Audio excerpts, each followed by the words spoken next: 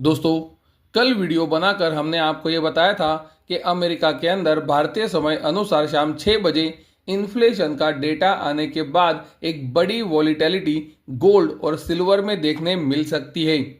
आपकी आंखों के सामने है, भारतीय समय अनुसार शाम 6 बजे डेटा आने के बाद से लेकर अब तक गोल्ड के अंदर वॉलीटिलिटी बढ़ी है कि नहीं। आपकी आंखों के सामने है, गोल्ड किस तरह से कंटिन्यूअसली ऊपर नीचे कर रहा है।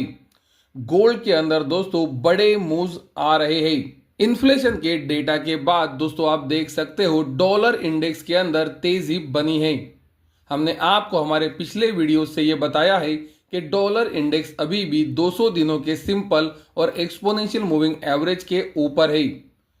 डॉलर इंडेक्स जब तक इसके नीचे क्लोजिंग नहीं देता है, डॉलर इंडेक्स में नई गिरावट नहीं आएगी। तो दोस्तों, इन्फ्लेशन का डेटा आने के बाद डॉलर इंडेक्स उछाल दिखाया है। जैसे कि हमने आपको बताया है कि डॉलर इंडेक्स के अंदर अगर गिरावट आनी है और गोल्ड सिल्वर के लिए और पॉजिटिव सिग्नल आने हैं, तो डॉलर इंडेक्स को 200 दिनों के सिंपल और एक्सपोनेंशियल मूविंग एवरेज के नीचे ब्रेकडाउन देना जरूरी है।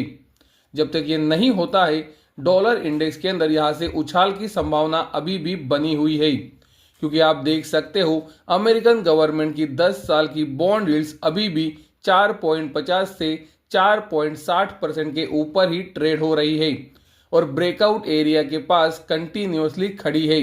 दोस्तों, बॉन्ड यील्ड शायद से इसी वजह से गिरावट नहीं दिखा रही है, क्योंकि आप देख सकते हो क्रूड ऑयल भी लगातार 200 दिनों के सिंपल और एक्सपोनेंशियल मूविंग एवरेज के ऊपर ट्रेड हो रहा है और क्रूड ऑयल के अंदर जो ब्रेकआउट आया था उसके बाद क्रूड ऑयल आप देख सकते हो एक रेंज के अंदर कंसोलिडेट हो रहा है। तो जैसे कि हमने आपको हमारे लगभग पिछले हर एक वीडियो के अंदर बताया है कि अगर क्रूड ऑयल के अंदर गिरावट आती है, यानी कि क्रूड ऑयल 200 दिनों के सिंपल और एक्सपोनेंशियल मूविंग एवरेज के नीचे क्लोज होना शुरू करता है, तो बॉन्ड यील्ड्स भी गिर सकती है और अगर बॉन्ड यील्ड्स गिरेंगी तो डॉलर इंडेक्स में भी ब्रेकडाउन आ सकता है। तो दोस्तों, हमारे लिए सबसे महत्वपूर्ण चार्ट है क्रूड ऑयल का।